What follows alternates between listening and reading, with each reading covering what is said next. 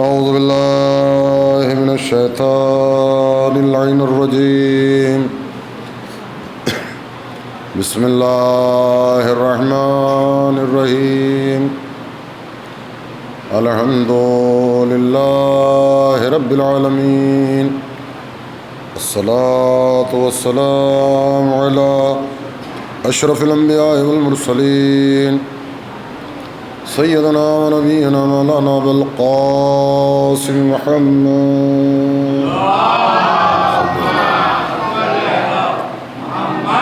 وآله الطيبين الطاهرين المعصومين المظلومين ومن يومنا هذا إلى يوم الدين. أما بعد وقد قال الله سبحانه وتعالى وقوله الحق. بسم الله الرحمن الرحيم. وكل شيء أحصيناه في إمام مبين. صلوات بجيب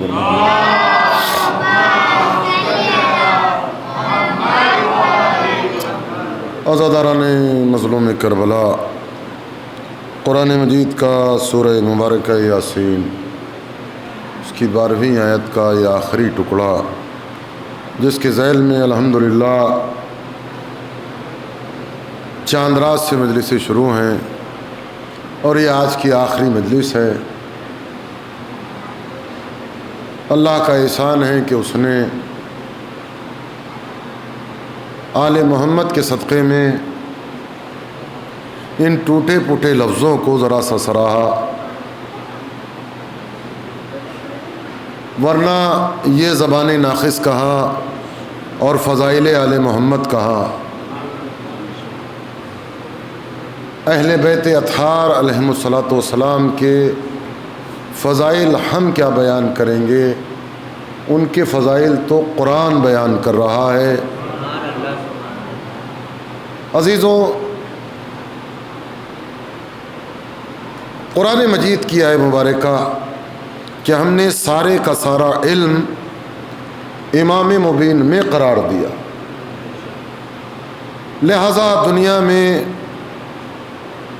جس کو بھی ضرورت علم ہے وہ آل محمد کی طرف رجوع کرے، اور ایسا نہیں ہے، انہوں نے علم کی جتنی مشکلات تھیں سب کو حل کیا ہے۔ اور عزیزوں، میرے مولا کی تو وہ ہستی ہے کہ جس نے آدم سے لے کر خاتم المرسلین تک ہر ایک نبی کی مشکل کشائی کی ہے۔ شروع سے یہی تو باتیں چل رہی تھی کہ علی کو مشکل کشا مانا جائے کہ نہ مانا جائے۔ یہ مشکلات میں آل محمد علیہ الصلوۃ والسلام کی طرف رجوع کرنا، اور ظاہر سی بات ہے کہ ہم صرف زبان سے نہیں کہتے، ہماری زبان سے نکلے ہوئے کلمات یقیناً ان کی بارگاہ میں جاتے ہیں۔ یقین اس لیے ہے کہ ہماری مشکلیں آسان ہوتی ہیں، ہمیں پتہ چل جاتا ہے کہ ہماری زبان سے نکلی ہوئی بات ان تک پہنچ گئی۔ ایک صلوات بھیجیے پر محمد والے محمد۔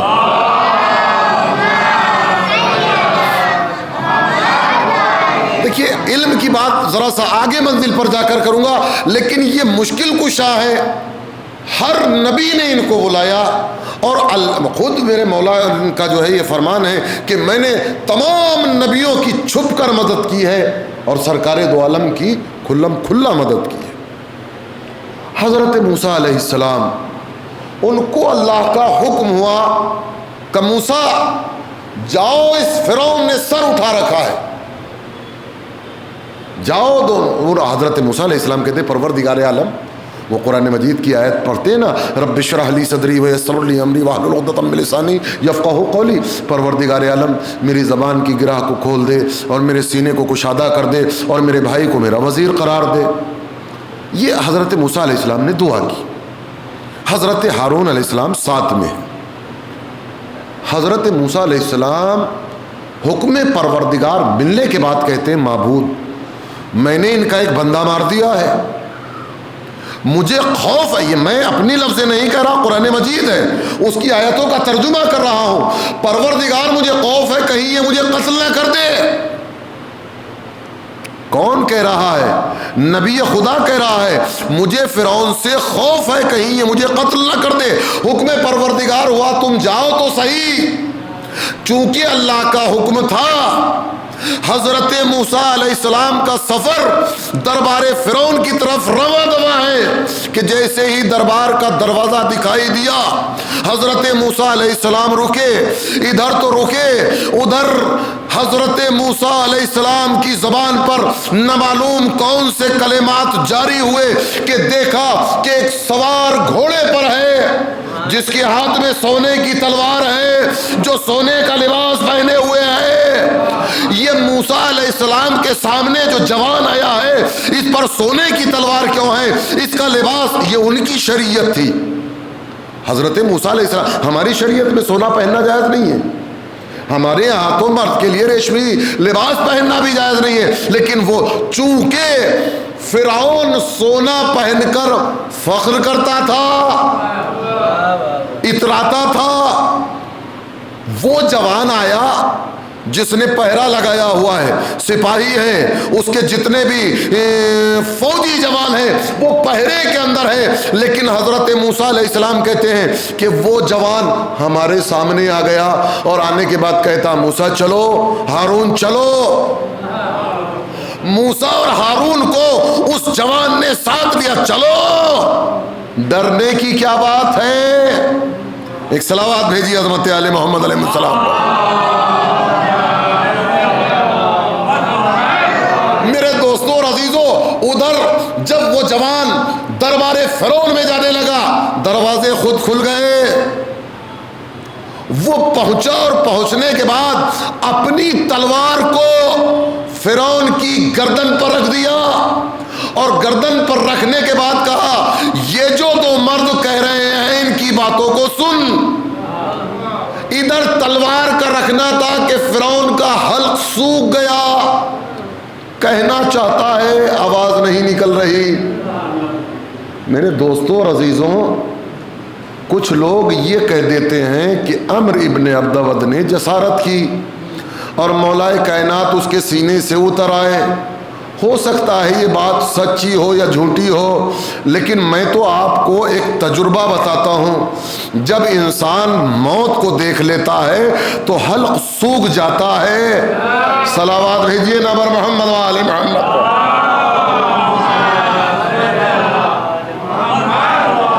اس جوان نے تلوار کو فرعون کی گردن پر رکھا ہوا ہے، کہ یہ جو دو مرد کہہ رہے ہیں ان کی باتوں کو سن۔ حضرت موسیٰ اور ہارون دیکھ رہے ہیں نا میرے دوستوں اور عزیزوں۔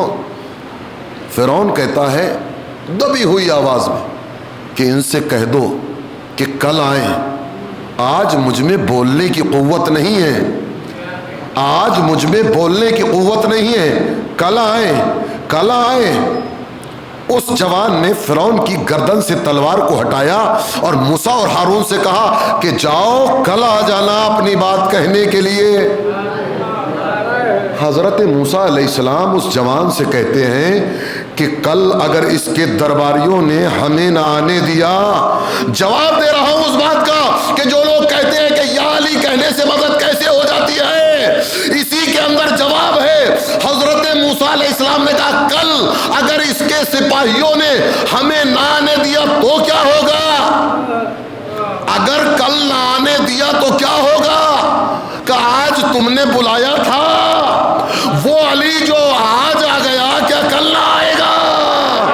صلوات بر محمد و آل محمد۔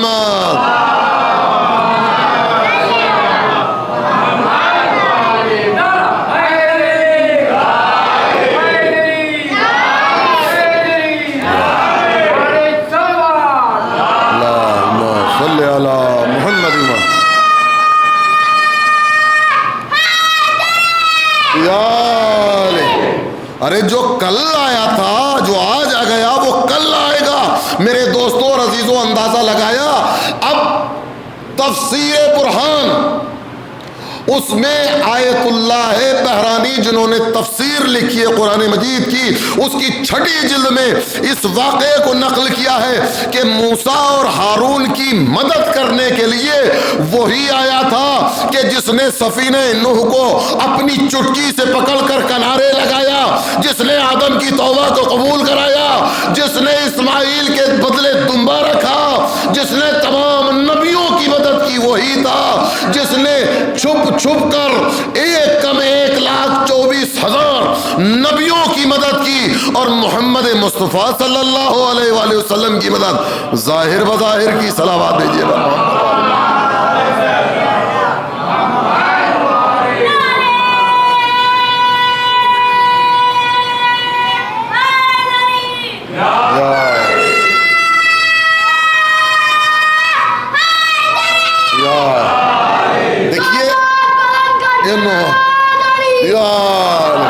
مولا سلامت رکھے یا علی مدد کہنے والوں کو۔ میرے دوستوں اور عزیزوں، مولائے کائنات علیہ الصلوۃ والسلام کی عظمت کو سمجھیں۔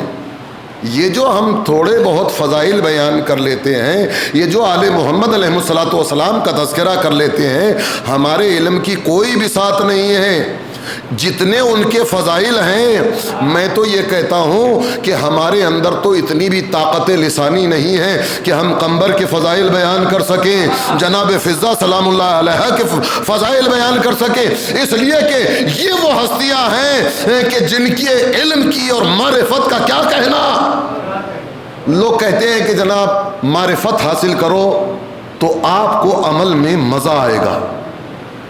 یقیناً معرفت وہ شے ہے کہ جس کی وجہ سے عمل میں لطف کیف پیدا ہوتا ہے، لیکن معرفت ہے کیا؟ معرفت ہے کیا؟ یہ مائک ہے، یہ کام کر رہا ہے، یہ جب لے کر آئے کیسے پتہ چلے گا کہ اچھا ہے کہ برا ہے؟ سمجھے؟ ہم نے اس کو جو ہے وہ کھول کر دیکھا، چیک کر دیکھا کون سی کمپنی کا ہے، کس نے بنایا ہے، بنانے والے کون ہیں، اس کا رزلٹ کیسا ہے، آواز کیسی ہے، کتنی دور تک پہنچاتا ہے۔ عزیزان گرامی، ہم آل محمد علیہ الصلوۃ والسلام کے فضائل اسی لیے تو بیان کرتے ہیں تاکہ معرفت ہو، سخاوت کی بات سنو تو سخاوت کا جذبہ پیدا ہو، علم کی بات ہو تو علم سیکھنے کا جذبہ پیدا ہو، عبادت کی بات ہو تو ان کی طرح عبادت کرنے کا جذبہ پیدا ہو۔ جب ہم ان کے فضائل بیان کرتے ہیں تو ہماری عبادتوں میں ان کی معرفت مدد کرتی ہے۔ صلوات بر محمد و آل محمد۔ علم کیسا ہے میرے دوستو اور عزیز؟ یا علی،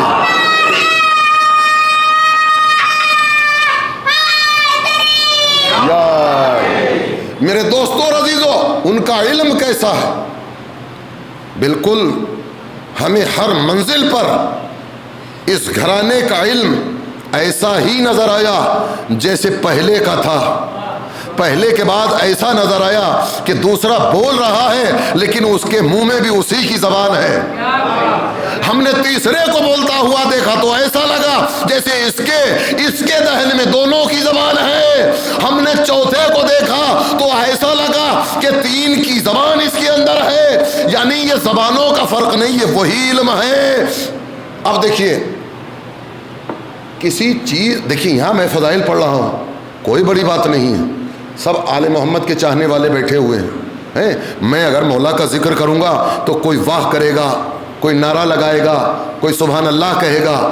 اپنے مجمع کے اندر علی کے فضائل بیان کرنا کوئی بڑی بات نہیں ہے، لیکن اگر کوئی ایسی جگہ ہو کہ جہاں علی کا دوست تو دور کی بات، دشمنوں کے علاوہ کوئی نہ ہو اور دشمن بھی سارے ہوں، اور یہ صرف ایسے دشمن نہیں کہ آپس میں لڑائی جھگڑا کر لیا، جانی دشمن ہو، مالی دشمن ہو، حسب اور نسب سے جلنے والے دشمن ہو، ایسے مجمع کے اندر انسان اپنا تعارف کرائے تو کیسے کرائے؟ ایسے مجمع کے اندر فضائل بیان کرے تو کیسے کرے؟ دیکھیے میں جناب زینب سلام اللہ علیہ کا خطبہ پڑھا تھا، اس میں پوری کیفیت بتا چکا ہوں دربار کی کہ اس میں کیا حالات تھے۔ دربار کس کا ہے؟ سجایا اس نے ہے، لوگ اس نے بلائے ہیں. کیوں بلائے ہیں لوگوں کو؟ کیوں بلایا گیا ہے؟ کیوں دربار سجایا گیا ہے؟ کہ خاکم بدہن آل محمد کی توقیر باقی نہ رہے. وہ تو تخت کے اوپر بیٹھ کر نشے میں چور یہی کہتا تھا، نہ کوئی قرآن نازل ہوا، نہ کوئی نبی آیا، لیکن خدا کی قسم ایک جملے نے ساری چیزیں واپس کر دیں.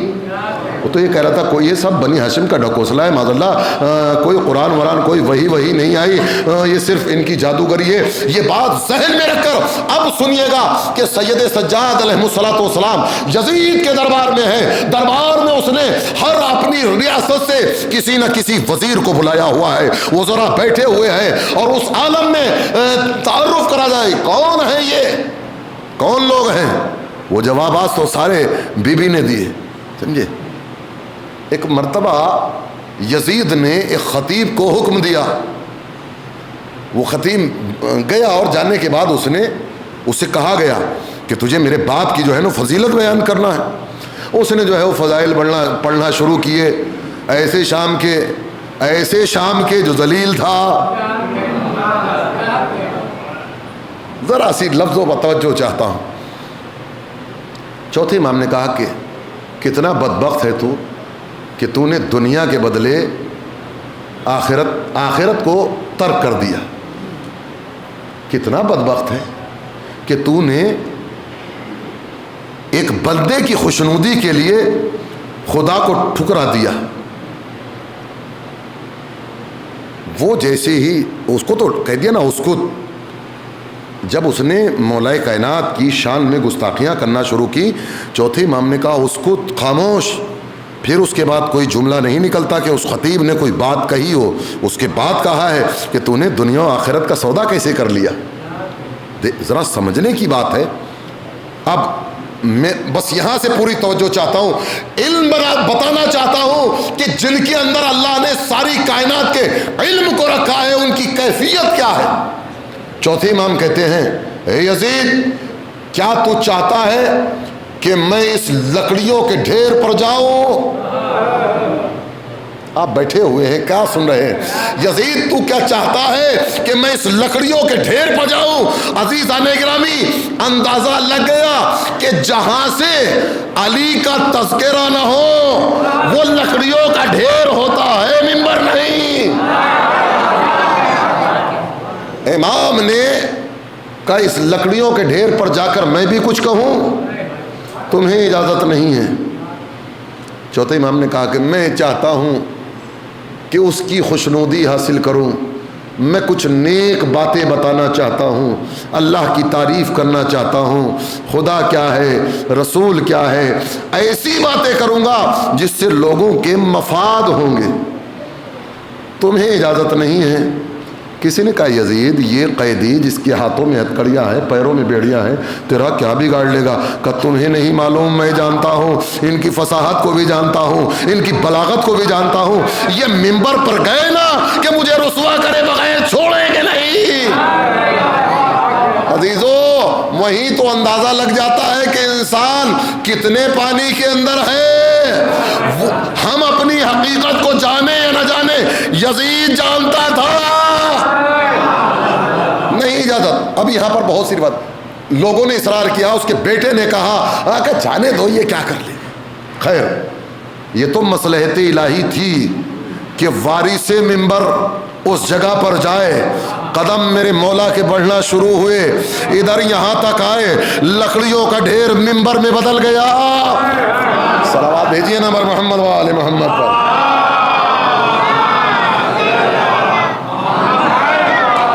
اور اس کے بعد خدا کی قسم میرے مولا نے وہ حمد پروردگار کی کہ وہ جو دشمن علی تھے وہ واہ واہ اور احسنت کی آوازیں بلند کر رہے ہیں. اور اس کے بعد میرے مولا نے جو ہے وہ کہا کہ پروردگار عالم نے ہمیں 6 امتیاز اور 7 فضیلتوں سے نوازا ہے جس میں ہمارا کوئی شریک نہیں.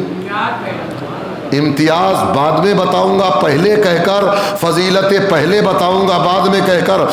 میرے مولا کہتے ہیں کہ اللہ نے 7 فضیلتیں ہمیں ایسی دی ہیں جس میں کوئی ہمارا ثانی نہیں ہے. خاتم الانبیاء حضرت محمد مصطفیٰ ہم میں سے ہے.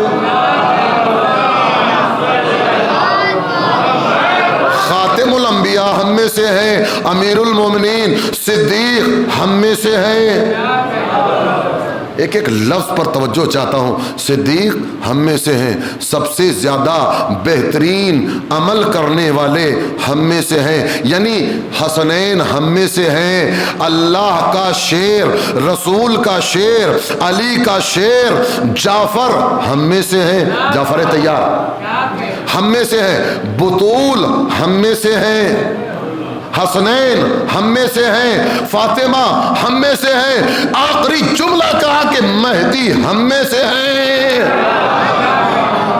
اللہ نے 6 امتیازات ہمیں ایسے عطا کیے ہیں جس میں کوئی ہمارا ثانی نہیں ہے. میرے دوستوں اور عزیزوں, امام نے جو اللہ کی تعریف کی ہے, ایسی تعریف کہ سارے دشمن ہیں لیکن اس فصاحت و بلاغت پر واہ واہ کی صدائیں بلند کر رہے ہیں. اور امام نے بیان کرتے کرتے سرکار دو عالم کی معراج کا تذکرہ کیا.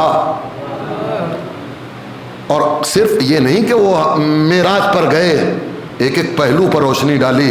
کیسے براق آیا, کیسے اس پر سوار ہوئے, کیسے آسمان اول پر پہنچے, وہاں کیا کیا, دوسرے آسمان پر کیا ہوا, تیسرے آسمان پر کیا ہوا, چوتھے آسمان پر کیسے نبیوں کو نماز پڑھائی, کیسے فرشتوں کی جو ہے وہ امامت کی. ایک ایک بات کہہ رہے ہیں. اے میرے مولا, اے میرے آقا, فضائل معراج بیان کرنے کی اس موقع پر کیا ضرورت تھی؟ آپ جو ہے یہاں تعارف کرانے کے لیے آئے ہیں, معراج کا تذکرہ کیوں کر رہے ہیں؟ کہ دیکھو فضائل بیان کرنے کے لیے دماغ کا صحیح ہونا ضروری ہے. صحیح ہونے سے مراد پاگل کی بات نہیں کر رہا, سکون کے عالم میں فضائل بیان ہوتے ہیں. مصیبت کے عالم میں پوری توجہ چاہتا ہوں عزیزان گرامی. اے میرے مولا, آپ نے معراج کا تذکرہ کیوں کیا؟ کہ انسان کو بیان کرنے کے لیے ماحول, سارے دشمن بیٹھے ہوئے ہیں, زبان, سکون, ساری چیزیں ایک ساتھ ہوں تو لب کھلتے ہیں. امام نے معراج کا تذکرہ کرنے کے بعد یہ بتا دیا کہ دیکھو کربلا سے یہاں تک اتنی منزلیں طے کر کر آیا ہوں. ہاتھوں میں ہتھکڑیاں ہیں, پیروں میں بیڑیاں ہیں, 7 ماہ پہنے بے مقلا و چادر ہیں, بچوں کی بھوک ہے, بچوں کی پیاس ہے. جب ایسے عالم میں میرے دماغ کو اثر نہیں ہوا, جب اتنی مصیبتوں کے عالم میں میرے دماغ پر اثر نہیں ہوا, تو معمولی سا بخار میرے جد کے ذہن پر کیا اثر کرے گا؟ صلوات پر محمد وآل محمد.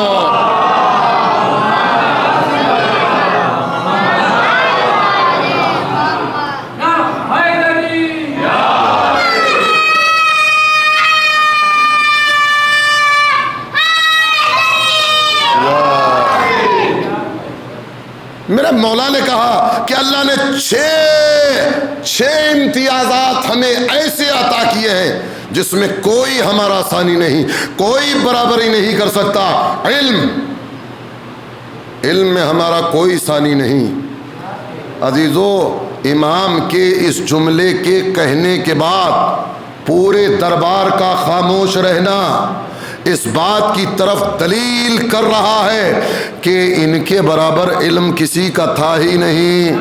مولا علم کی بات آپ کے جد کو زیب دیتی تھی کہ وہ سلونی کا دعویٰ کر رہے تھے. مولا آپ اس عالم میں ہیں, لیکن نہیں میرے دوستو, یہ پہلا بھی علی ہے, چوتھا بھی علی ہے.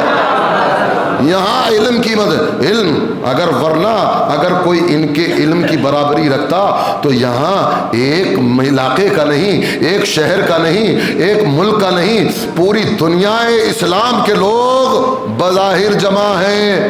کوئی کہتا کہ ہمارے اس مسئلے کا جواب دو, سب جانتے ہیں کہ یہ مسئلہ نہ بھی بتائیں گے ہم تب بھی جواب دے دیں گے. علم میں ہمارا کوئی ثانی نہیں. علم جانتے ہیں کیا ہے؟ علم کے ساتھ علم کا ہونا بہت ضروری ہے. مثال کیسے دوں؟ مثلا ابھی ہمارے کسی مرثیہ خان نے, نوحہ خان نے ایک مصرع پڑھا, اتفاق سے ہمیں دوسرا یاد تھا, ہم نے اس کو پڑھ دیا. علم تھا, علم نہیں ہے. اس کی آسان سی مثال دوں. کربلا کے میدان میں ابو ثمامہ سیداوی نے امام حسین علیہ السلام سے کہا مولا یہ اول وقت ظہر ہے، نماز ظہر کا وقت قریب ہے، چاہیے کیا تھا؟ امام کو کہنا چاہیے تھا ابو ثمامہ تم ہمیں بتانا چاہتے ہو؟ ارے وقت تو ہماری نظروں کی جنبش پر چلتا ہے، لیکن امام نے کیا کہا کہ ابو ثمامہ خدا تم کو نماز گزاروں میں شمار کرے۔ علم کے ساتھ یہ ہے علم، سخاوت میں کوئی ثانی نہیں۔ پھر ایک جملہ کہوں، اے میرے مولا جب آپ کے دروازے سے یہاں والے بھی وہاں والے بھی لے کر جاتے رہے تب کہنا چاہیے تھا سخاوت میں کوئی ثانی نہیں۔ جب ایک روٹی کے بدلے میں پوری بہار دے دی، پوری قطار دے دی، تب کہنا چاہیے تھا کہ نہیں یہ یزید ہمارا مال لوٹ کر نازا نہ ہو، یہ اگر ہم سے مانگ لیتا تو اس سے زیادہ دے دیتے۔ یہ ہمارا مال و متاع لوٹ کر خوش نہ ہو، اگر اس نے ہم سے سوال کر لیا ہوتا تو اس سے کہیں زیادہ دے دیتے۔ شجاعت میں ہمارا کوئی ثانی نہیں۔ اے میرے مولا آپ ہتکڑیوں میں بیڑیوں میں جکڑے ہوئے ہیں، اور غضب تو یہ ہے، قیامت تو یہ ہے کہ خانوادہ رسالت کی بیویاں آپ کے ساتھ میں ہیں، لیکن دوستو دربار میں پھر موت کا سناٹا چھایا ہوا ہے۔ جانتے ہیں کہ یہ توقع سلاسل کے اندر ضرور ہیں، لیکن یہ ابھی بھی چاہیں تو پورے دربار کو اکھاڑ کر رکھ دیں گے۔ امام کے پہلو میں ایک بچہ کھڑا ہوا ہے، پوری توجہ چاہتا ہوں اس جملے کے اوپر، اور اس کو اڑا مت دینا، ذہنوں کے اندر اتار لینا۔ اہل بیت رسول کے گھر کا بچہ ہے، کربلا سے مصیبتیں ہی مصیبتیں ہیں، شام تک پہنچنے میں بھوک ہے، پیاس ہے، باپ کی موت ہے، بھائیوں کی موت ہے، اپنے بیٹوں کی موت ہے، یہ سارے مصائب آل محمد پر گزرے ہیں۔ یہ بچہ کھڑا ہوا ہے، یزید جو تخت پر بیٹھا ہوا تھا ایک مرتبہ اس بچے سے کہتا ہے اپنے بیٹے کو مخاطب کر کے، کیا تو میرے اس بیٹے سے کشتی لڑے گا؟ یزید تو یہ سوچ رہا تھا کہ یہ بھوکا پیاسا ستم ظریف بچہ جو ہے اتنا سننے کے بعد ماں کے پیچھے چھپ جائے گا، اس میں لڑنے کی طاقت کہاں ہوگی؟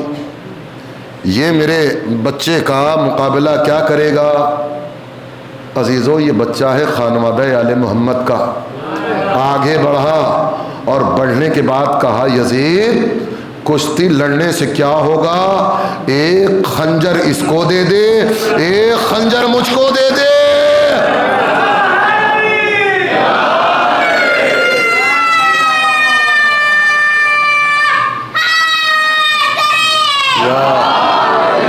ارے لطف کی بات تو اب ہے، ایک خنجر اس کو دے دے، ایک خنجر مجھ کو دے دے۔ اگر اس نے مجھے مار دیا تو میں اپنے جد رسول کے پاس پہنچ جاؤں گا، اور اگر میں نے اس کو مار دیا تو یہ اپنے دادا ابو سفیان کے پاس پہنچ جائے گا۔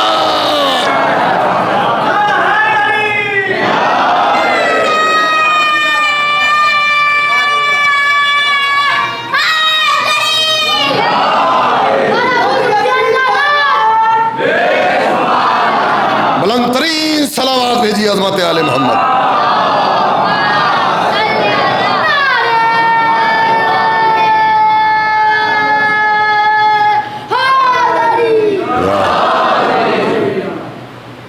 فصاحت و بلاغت اس میں ہمارا کوئی ثانی نہیں ہے۔ فصاحت و بلاغت سمجھتے ہیں؟ دیکھیے آپ کو سب سے زیادہ فصاحت و بلاغت مارکیٹ میں دکھائی دے گی، وہ سب سے زیادہ آسان میں اس وقت سمجھ رہا ہوں فصاحت و بلاغت کو سمجھانے کے لیے۔ بلاغت کیا؟ وہ چھوٹا سا مال 10 روپے کا رومال، لیکن بیچنے والے کو یہ بتایا جائے نہ اس سے بہترین رومال بنا تھا نہ بنے گا، اس سے کم قیمت میں تمہیں کہیں نہیں ملے گا۔ یہ ہے بلاغت۔ لیکن میرے دوستوں اور عزیزوں، فصاحت و بلاغت کے لیے سب سے پہلے چین اور سکون، اطمینان قلب، اطمینان ذہن کا ہونا ضروری ہے۔ بتاؤں اپنے مولا کی فصاحت و بلاغت؟ کربلا میں سب سے زیادہ مصیبت کا وقت امام حسین علیہ السلام پر کون سا تھا؟ کون سا وقت تھا امام حسین علیہ السلام پر؟ جس وقت آپ کے ہاتھ پر 6 مہینے کے بچے کا لاشا تھا۔ اس سے زیادہ مصیبت کا وقت، یوں تو ساری مصیبتیں ہیں لیکن سب سے زیادہ مصیبت ایک باپ کے لیے، ورنہ وہ عمل جو امام حسین علیہ السلام نے کیا ہے وہ نہ ہوتا۔ اب وہ عمل بتاؤ، امام نے کیا کہا؟ انا للہ و انا الیہ راجعون۔ دوسرا جملہ کیا ہے؟ زور سے پڑھیے۔ پہلی قرآن مجید کی آیت ہے، دوسرا میرے امام کا جملہ ہے۔ یہ حضور بیٹھے ہوئے ہیں، عربی کے بڑے بڑے خطیبوں سے پوچھ لیجئے کہ اس میں کوئی بھی عربی کا جاننے والا فرق پیدا نہیں کر سکتا کہ کون سا امام کا جملہ ہے، کون سی قرآن کی آیت ہے۔ یہ ہے بلاغت۔ فصاحت و بلاغت میں ہمارا کوئی ثانی نہیں۔ چھٹی اور آخری چیز کہ اللہ نے ہماری محبت کو مومنین کے قلوب میں جگہ دی ہے۔ اللہ نے ہماری محبت کو مومنین کے قلوب میں جگہ دی ہے۔ امام کا دربار یزید میں یہ جملہ کہنا اس بات کی طرف دلیل دیتا ہے کہ پورے دربار میں کوئی ان کا چاہنے والا نہ تھا۔ اگر ہوتا تو کہتا مولا میں آپ کا چاہنے والا ہوں۔ اور عزیزوں اندازہ لگا لیجیے گا کہ آل محمد کی محبت نہیں آ سکتی سوائے مومن کے قلب کے۔ صلوات بر محمد و آل محمد۔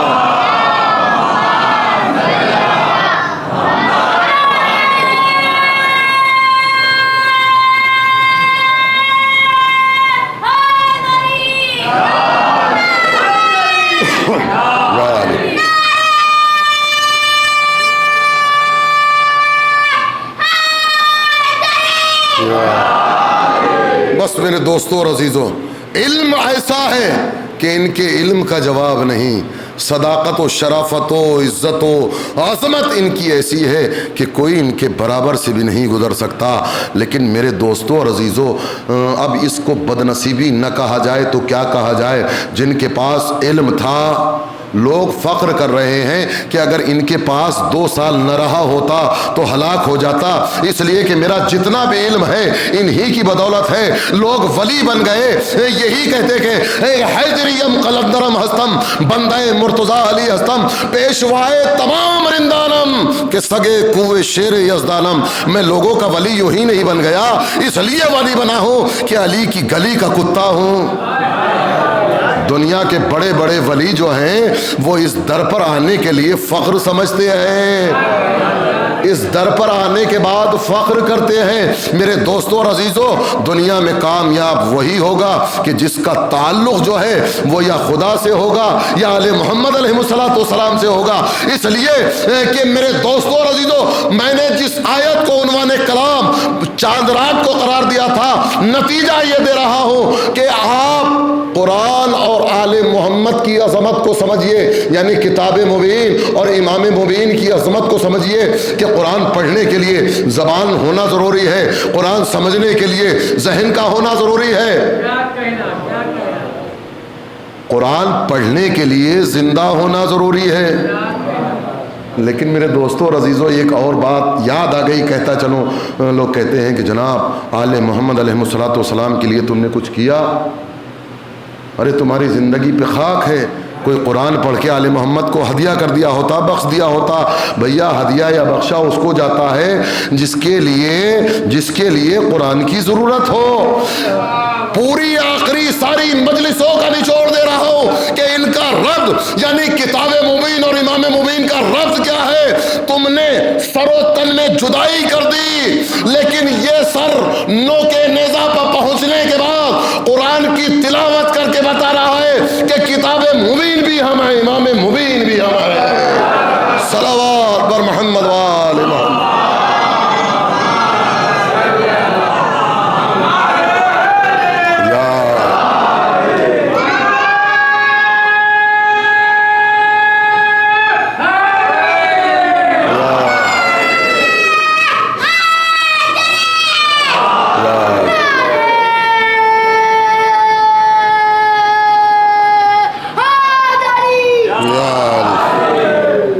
سلامت رکھے یا علی مدد کہنے والوں کو۔ اور مصائب پڑھنے سے 2 جملے آپ کی خدمت میں عرض کر رہا ہوں۔ میرے دوستوں اور عزیزوں، یہ عزائے امام حسین علیہ السلام وہ بی بی کا عطیہ ہے ہمارے لیے، فرش عزائے حسین کر جس پر ہم کو ہر طرح کا درس مل جاتا ہے۔ ہم قرآن بھی یہیں پر سیکھتے ہیں، حدیثیں بھی یہیں پر سیکھتے ہیں، بولنا یہیں سے سیکھتے ہیں، لوگوں تک پیغام دینا یہیں سے سیکھتے ہیں۔ ہمیں دین بھی یہیں سے ملتا ہے، شریعت بھی یہیں سے ملتی ہے، عمل کرنے کا طریقہ بھی یہیں سے ملتا ہے۔ ہم باعمل بھی اسی فرش عزا پر بیٹھ کے ہوتے ہیں۔ یہ بیوی کا عطیہ ہے۔ عزیزوں، آپ مسلسل مصائب سن رہے ہیں۔ آج امام زمانہ علیہ السلام کا ایک جملہ، اور وہ میں ایک روایت سے کوٹ کرنا چاہتا ہوں۔ سلام ہوں ان رخساروں پر کہ جو تمازت آفتاب کی وجہ سے جن کی رنگت بدل گئی تھی، سلام ہو اس بہتے ہوئے خون پر جو کبھی رکا نہیں۔ عزادارو، آپ میں سے بہت سے زائرین سیریا بی بی کے حرم تک پہنچے ہیں، جو نہیں گئے ہیں پروردگار ان کو زیارات نصیب ہوں، بار بار نصیب ہو، بار بار نصیب ہو۔ صلاح الدین ایوبی کا زمانہ ہے، حرم کے قریب سے آپ بھی دیکھا ہوگا ایک نہر گزری۔ جب نہر میں پانی چھوڑا گیا تو نہر کا پانی جناب سکینہ سلام اللہ علیہ کی قبر میں آ گیا۔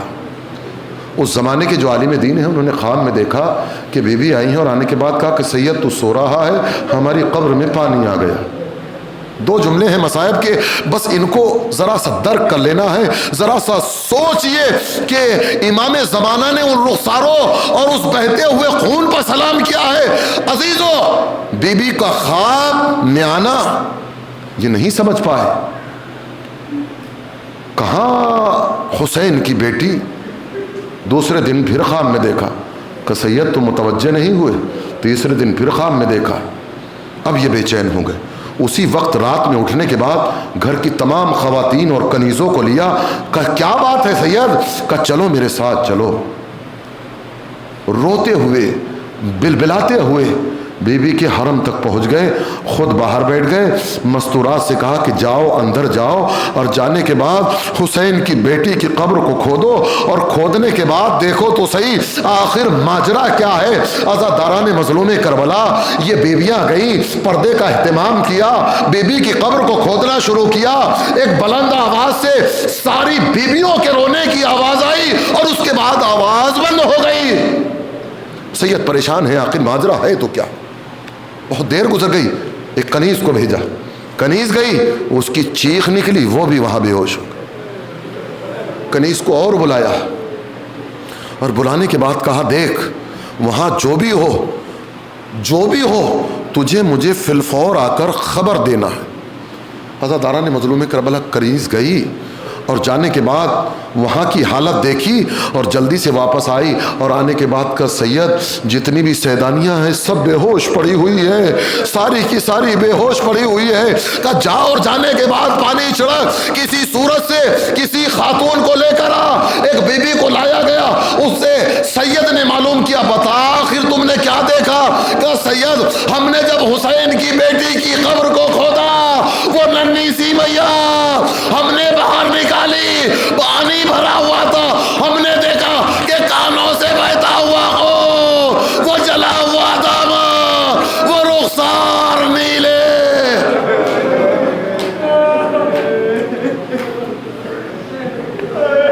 وَسَيَعْلَمُ الَّذِينَ ظَلَمُوا أَيَّ مُنقَلَبٍ يَنقَلِبُونَ إِلَٰهِي بِحَقِّ الزَّهْرَاءِ وَأَبِيهَا وَبَعْلِهَا وَبَنِيهَا۔ معبود نوازوں پر اپنی رحمت نازل فرما، یہ تیرے پیارے کے عزادار ہیں، ان کی تمام حوائج شریعہ کو پورا فرما، مرحوم ہو گئے ان کی مغفرت فرما۔ معبود واسطہ محمد والے محمد کا، جو منین مومنات ہیں جو زیارات کی مشتاق ہیں ان کی تمنائیں پوری ہوں۔ واسطہ محمد والے محمد کا ہمارے گناہان کبیرہ و صغیرہ کو معاف فرما، ہمارے جوانوں کو عمل صالحہ کرنے کی توفیق عنایت فرما، ہمارے بزرگوں کا سایہ ہمارے سروں پر محفوظ فرما۔ معبود شکستہ پہلوے زہرا کا واسطہ جنت البقیع کی تعمیر کے اسباب فراہم فرما۔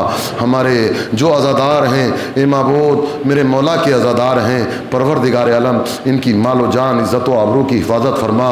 اے معبود جو غم حسین میں ہاتھ اٹھتے ہیں ان کو کسی کا محتاج نہ بنانا، اپنی بارگاہ سے ان کو سب کچھ عطا کرنا۔ اے معبود واسطہ محمد والے محمد کا جہاں جہاں پر بھی عزاداری پر پابندیاں ہیں معبود ان پابندیوں کا خاتمہ کر دے، حجت آخر کے ظہور میں تعجیل فرما، ہم کو ان کے اعوان و انصار میں شمار فرما۔ ربنا تقبل منا انک انت السمیع العلیم۔ ماتم حسین۔